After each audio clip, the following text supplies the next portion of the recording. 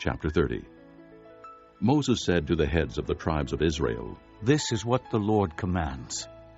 When a man makes a vow to the Lord or takes an oath to obligate himself by a pledge, he must not break his word, but must do everything he said.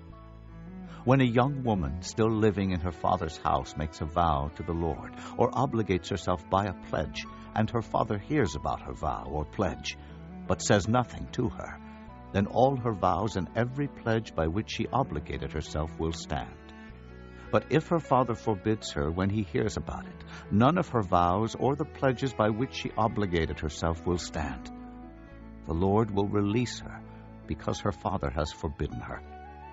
If she marries after she makes a vow, or after her lips utter a rash promise by which she obligates herself, and her husband hears about it, but says nothing to her, then her vows or the pledges by which she obligated herself will stand. But if her husband forbids her when he hears about it, he nullifies the vow that obligates her, or the rash promise by which she obligates herself, and the Lord will release her.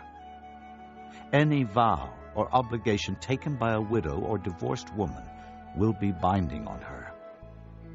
If a woman living with her husband makes a vow or obligates herself by a pledge under oath, and her husband hears about it, but says nothing to her and does not forbid her, then all her vows or the pledges by which she obligated herself will stand. But if her husband nullifies them when he hears about them, then none of the vows or pledges that came from her lips will stand. Her husband has nullified them, and the Lord will release her.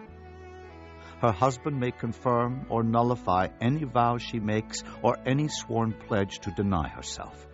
But if her husband says nothing to her about it from day to day, then he confirms all her vows or the pledges binding on her.